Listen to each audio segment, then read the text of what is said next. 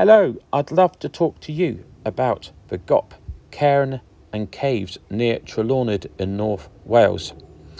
I refer to it as something of a marvel because it is marvellous, it is astounding, it is curious at how ignored, almost forgotten, it seems to be among many that love ancient, mysterious, spiritual places. It is a huge mound, as the name suggests, sited on top of a hill. Gop is the original name, and it means the mound of the lights, the hill of the lights. And it's nothing to do with earth mysteries. It was used as a beacon for lighting a fire in times gone by. The site's been opened up a lot in recent years. Used to be very vegetated with scrub and trees encroaching on the lower slopes of the mound. It had been thought of as Bronze Age, but some think of it as Neolithic. On the southeast side, there is some exposed curbing, which suggests that there may well be a passage grave, similar to sites in Ireland, beneath this huge mound of stacked limestone blocks.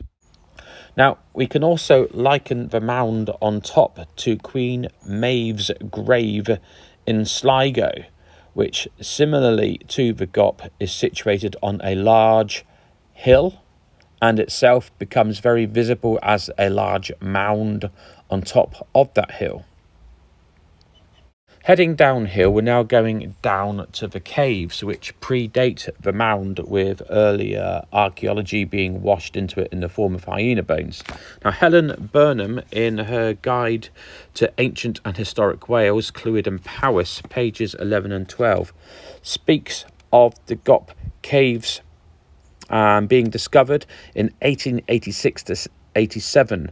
The inner cave behind the western entrance was found even later. The lower layers in the rock shelter contained redeposited traces of hyena activity from before the end of the last ice age, but above these, a square enclosure surrounded by rubble walls had been built against the rear rock face, enclosing the remains of at least 14 people buried at different times within the Neolithic period.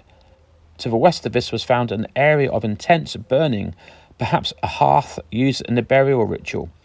Burials apparently continued across this once the main chamber was full, and later still were cut into the debris from successive rituals on the cave floor. 6 more burials, this time disturbed, were found in the inner cave. The caves here can be explored very carefully. Mind your head. I've banged my head in there a couple of times and it hurts. Take some good torches. You will find 1 or 2 passageways that go right back and get very dark and can easily accommodate a person once you stand up inside, like very, very tall. But just go careful if you do that. Returning outside to the mound, you can go back uphill and glimpse the wildflowers which have sprung up in abundance since the area was cleared of its vegetation and scrub. Now, the Gop cairn does have immense views in almost every single direction. It is the second largest artificial mound in Britain after Silbury Hill.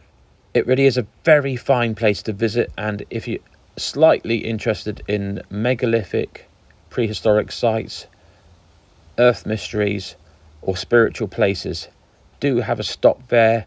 Walk around the base where you can, sit in different parts, and if you can even get there for a sunset on a nice day, the views and panoramas are just so worth taking in. So I recommend to you the Gop Mound and Caves.